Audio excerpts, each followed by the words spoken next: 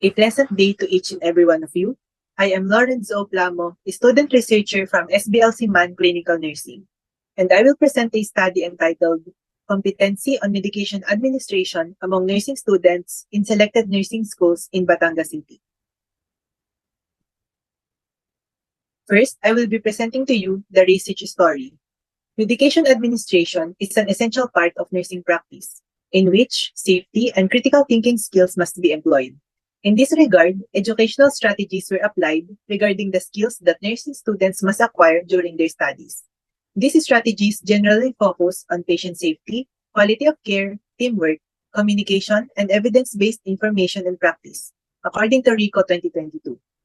Nurses have a unique role and responsibility in medication administration. It is standard during nursing education to receive instruction and a guide to clinical medication administration and upholding patient safety, known as the rights of medication administration. The additional rights include right patient, right drug, right route, right time, and right dose, according to Hanson and Haddad, L. 2023. Nurses' abilities depend on the training in previous education and daily work.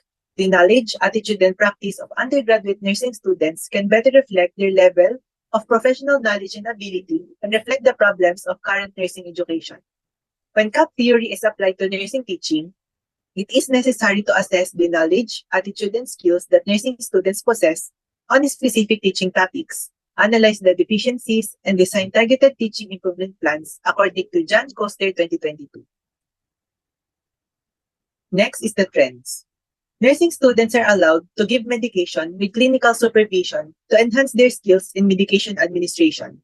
They are followed up by a clinical instructor during their clinical rotations pursuant to CHED Memorandum Order No. 14, Series of 2016. According to Upsai et al. 2018, however, a study suggests that some students commit medication errors due to knowledge, personal, administrative, and environmental factors. For the issues and gaps, first, recent research has shown that nursing students undergoing clinical rotations have not yet been optimally prepared to fulfill their roles in terms of medication safety. It is important to consider how nursing students perceive the safe medication administration. The academe must ensure that a good foundation of pharmacology is integrated to the curriculum. This will enable the students to acquire the necessary knowledge and skills, which will allow them to implement the safe administration of medications to their clinical practice, according to RICO 2022. The lack of competency to safely administer medications is an area of concern that needs to be addressed. Nurse educators should identify the gaps in teaching and prioritize patient safety before students become qualified health practitioners, according to Tuanpore et al. 2022. For the research objective, medication safety competence is very important as one of the clinical competencies in nursing students need to provide safe nursing care. The objective of this study is to assess the competency of nursing students regarding the safe administration of medications, which will serve as a basis for creating an instructional program to help them prevent incidents of medication errors in the clinical area. For the research contribution, the results of this study will contribute both in the areas of nursing education and practice, as they can be used as a guide to support safe medication administration practices, improve the quality of healthcare, and ensure patient safety. For the statement of the problem, the objective of this study is to assess the competency of nursing students regarding the safe administration of medications. Thus, the study sought to answer the following statements. First, what is the demographic profile of respondents according to their age, gender, and year level? Second, what is the level of competency of nursing students in medication administration in terms of knowledge, attitude, and practices? Third, what is the difference between the knowledge, attitude, and practices of nursing students in regards to medication administration? Fourth, is there a significant difference between the levels of competency in medication administration when grouped according to profile? And lastly, based on the research findings, what action plan may be proposed to enhance the knowledge of BSN students in terms of safe medication administration? For the significance of the study, the researcher believed that the result of the study would be beneficial to the following. First, to the St. Bernadette of Lourdes College and University of Batangas. Second, to the nursing students. third to the future researchers, and lastly to the present researchers. For the scope and limitation, for the scope, this study involved a total number of 150 BS nursing students from selected nursing schools in Batangas City who have clinical-related learning experience or RLE under the academic year 2023 to 2024. In terms of participants, the first-year nursing students are being excluded as participants in the study as they are not yet undergoing hospital RLE during this period. The study only covers the first semester due to time constraints. For the limitation, this study does not cover other routine practices such as medication preparation, transcription of a doctor's order, patient monitoring, and evaluation. The researcher primarily focuses on the assessment of students' competency in medication administration. For the philosophical underpinning, this study is guided by the application of the Medication Therapy Management or MTM model, which is proven to improve nurse compliance behavior by creating a culture and role model of compliance, obedient environment, safety, and patient safety in terms of increasing drug safety, decreasing adverse drug events, and increasing patient satisfaction. Now, we will be proceeding on the theoretical framework. The study is being integrated with two theories. First is the novice to expert theory of nursing competency by Patricia Benner. Then the second one is the knowledge, attitude, and practices or CAP theory by John Koster. For our conceptual framework, the input column indicates the variables of the study. Then, it is followed by an arrow leading to the second column, which consists of the research process. This includes the utilization of related literature and studies, as well as the use of survey questionnaires among the respondents.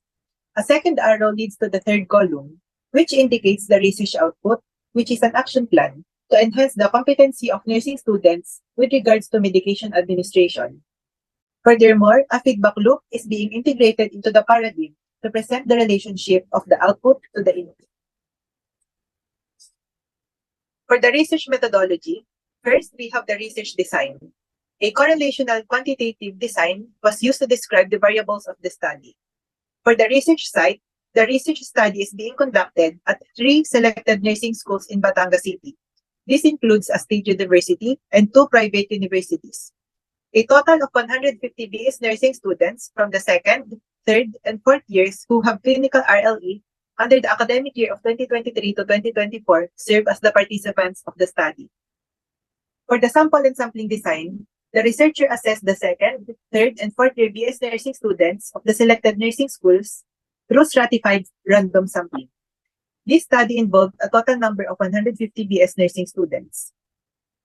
For the research instrument, to determine the perception of BS nursing students in regards to safe medication administration in the clinical area, the researcher utilized a survey questionnaire to gather data from the respondents. The questionnaire is being adapted from the Patient Safety Assessment in Medication Administration or ASPAM tool by Fortaleza in Brazil 2016. For the validation of instrument, the validation of questionnaire underwent several reviews before being distributed. Each item indicated in the questionnaire was being checked by the research advisor. The survey questionnaire is being validated by 2 experts in the nursing field. The questionnaire was also being reviewed by the statistician. A pilot study is being initially conducted, which includes 5 participants from each nursing school for a total of 15. The questionnaire was encoded electronically in a Google Form sheet as a method for efficient data gathering. As a formal approach for data gathering, a letter of inquiry for the college deans of the selected nursing schools was forwarded. The research advisor is also being informed prior distribution. Each questionnaire has an attached informed consent from the research participants. For the data gathering procedure, the researchers search for related literature through different resources on the internet, which is comprised of research studies and journals to determine the feasibility of the chosen topic of the study. For the questionnaire, after the reviews and validation, a pilot study comprised of 15 students is being done prior large-scale distribution. A Google form is being utilized for efficient distribution of the questionnaire. During the actual distribution, informed consent attached to each questionnaire was forwarded to the nursing students. The Google form is being distributed to those students who were available to participate in the study. After the collection of the questionnaires, the gathered data were tallied.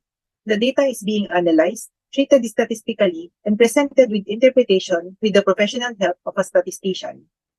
For the statistical treatment of data, the researcher used the following statistical techniques, which include the frequency, percentage, rank, weighted mean, standard deviation, and ANOVA. For ensuring trustworthiness, the research had undergone Ethics Review Board or ERB of St. Bernadette of Lourdes College and in compliance with the Data Privacy Act of 2012. Then for the ethical considerations, the research study has undergone validation and approval from the Ethics Review Board of St. Bernadette of Lourdes College before they conduct the study. For the survey questionnaire, the questionnaire includes two parts. The first part tries to determine the demographic profile of the respondents, while the second part is an assessment of the knowledge, attitude, and practices of nursing students in maintaining safe medication administration.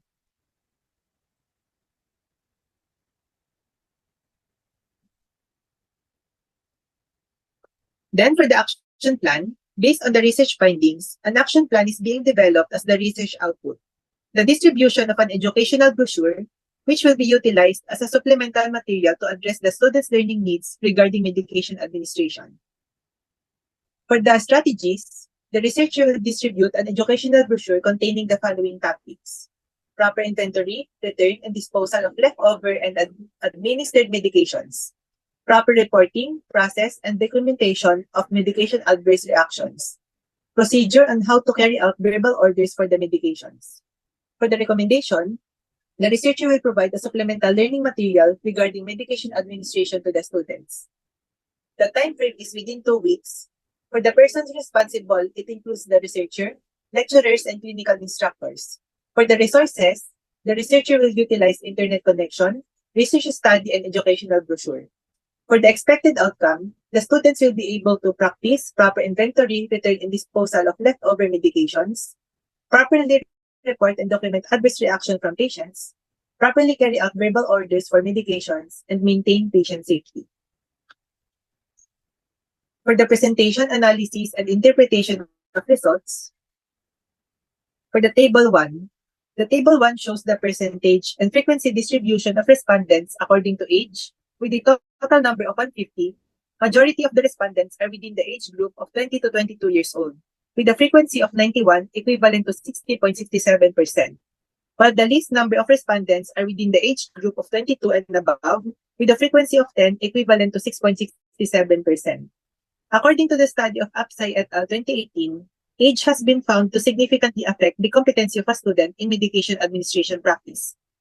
Table 1.2 discusses the percentage and frequency distribution of respondents according to gender.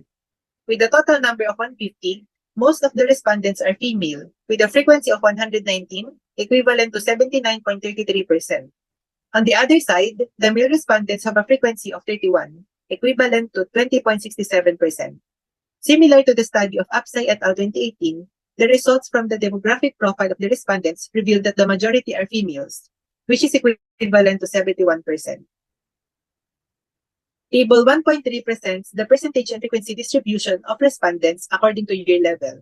With a total number of 150, most of the respondents are from the third year level, with a frequency of 85, equivalent to 56.67%.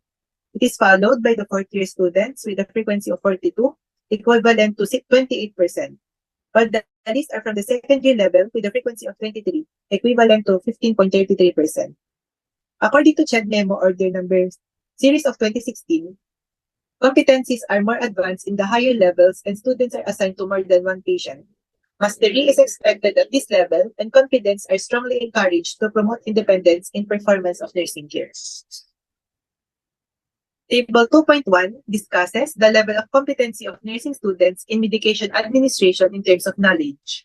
Based on the findings, all of the indicators obtained are result of always. An average weighted mean of 4.79 concludes that nursing students always apply the theoretical knowledge into practice during medication administration. Indicator number 1 has the highest response with a weighted mean of 4.94. With this, it can be concluded that most nursing students always carefully check the dose of prescribed medication before administration. On the other side, indicator number 9 has the least response with a weighted mean of 4.30. This finding reveals that some students do not return leftover and administered medications to the pharmacy. Table 2.2 shows the level of competency of nursing students in medication administration in terms of attitude. Based on the findings, all of the indicators obtained a result of always. An average weighted mean of 4.78 concludes that nursing students are always observed to have the appropriate attitude during medication administration. Indicator number 2 has the highest response with a weighted mean of 4.81. With this, it is concluded that nursing students always guide the patient and their companion with regards to the medication's name, indication, frequency, and expected effects before administration. On the other side, indicator number 4 has the least response with a weighted mean of 4.72. This finding reveals that some students do not inform their prescriber of all the effects other than those expected from the medication. Table 2.3 presents the level of competency of nursing students in medication administration in terms of practices. Based on the findings, all of the indicators obtained a result of always. An average weighted mean of 4.77 concludes that most nursing students have always achieved the target competencies in terms of medication administration. Indicator number 8 has the highest response with a weighted mean of 4.91.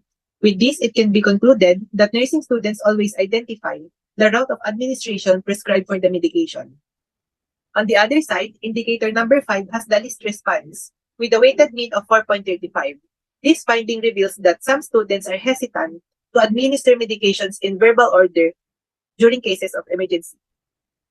Table 3 discusses the significant differences between the knowledge, attitude, and practices of students with regards to medication administration. Between groups got a sum of square of 0.81 with a mean square of 0.41, while within groups got 58.60 with a square of 0.13. Thus, the F value is 3.10 with a P value of 0.046, which is greater than the F critical value of 3.02. In this regard, rejecting the null hypothesis, which make the remarks significant. Then table 4.1 discusses the significant differences between the levels of competency in medication administration when grouped according to age.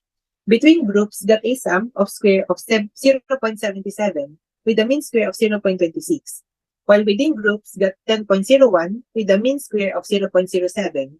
Thus, the F value is 3.74 with a P value of 0.01, which is greater than the F critical value of 2.67. In this regard, rejecting the null hypothesis, which makes the remarks significant. Then, table 4.2 discusses the significant difference between the levels of competency in medication administration when grouped according to gender.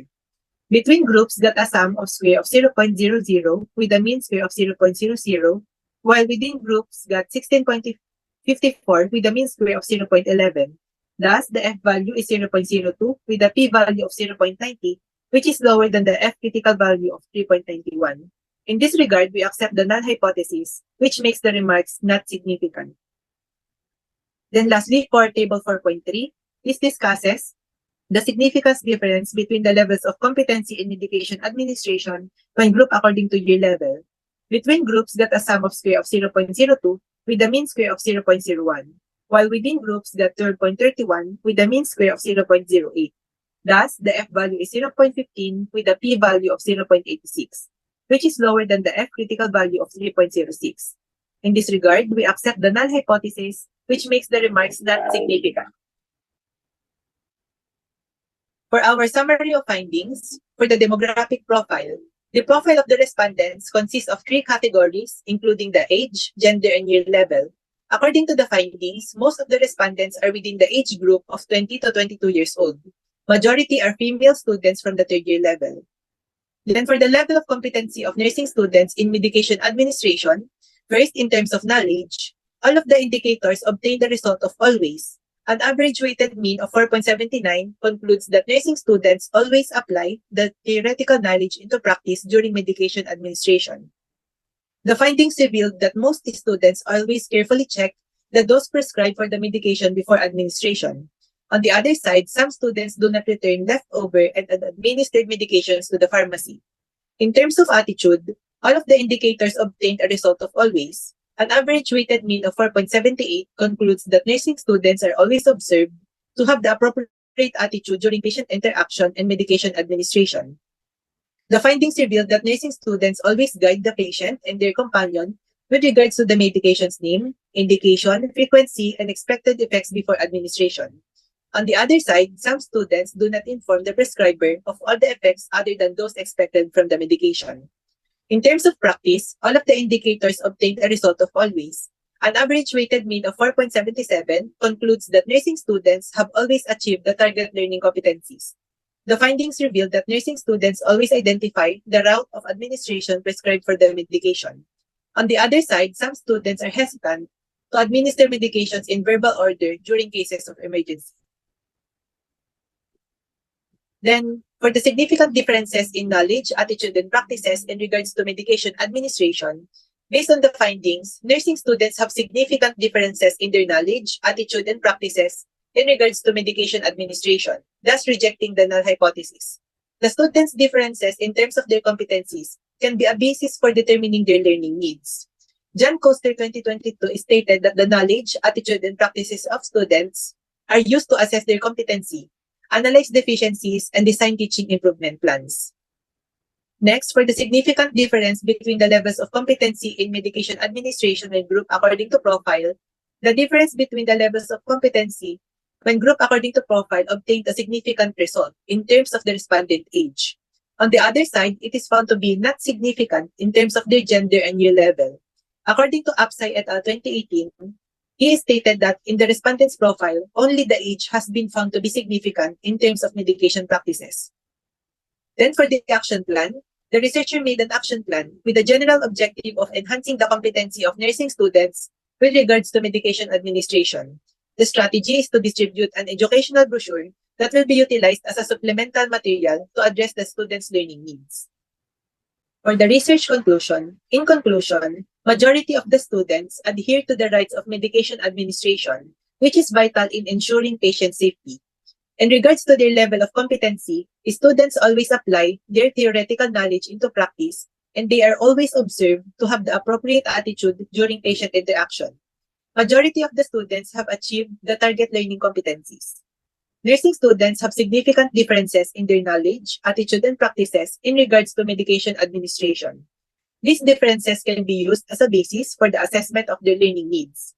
The students individually acquired knowledge and skills from their own learning experiences in the classroom, hospital, and various clinical areas may have resulted in differences in their level of competence.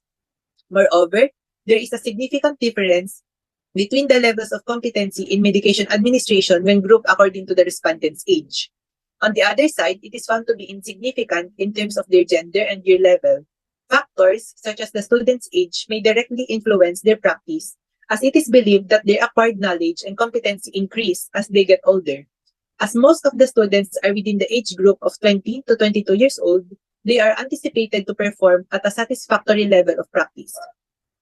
To further enhance the competency of students, the researcher made an action plan that focuses on the distribution of a supplemental learning material, which is an educational brochure containing the rights of medication administration and its application in the clinical area. For the research recommendation, the University of Batangas College of Nursing may conduct seminars regarding safe medication administration practices for nursing students prior to hospital RLE. Second, clinical instructors can utilize the proposed output and initiate discussions regarding the topics of proper inventory, return, and disposal of leftover and administered medications, proper reporting process and documentation of medication adverse reactions, and appropriate procedure on how to carry out verbal orders for medications. Third, clinical instructors can conduct return demonstrations and simulations with regards to the application of rights of medication administration. Then, pharmacology lecturers can initiate tutorial sessions on pharmacology to strengthen the theoretical knowledge of nursing students regarding medications. Lastly, future researchers can conduct the study on a larger scale, which includes the other nursing schools in the province of Batangas to gather more data. Thus, they can also study other routine practices such as medication preparation, transcription of a doctor's order, patient monitoring and evaluation, which can further contribute to the improvement of medication administration practices. Then these are the references I utilized on my study. And that ends my presentation. Thank you everyone for listening.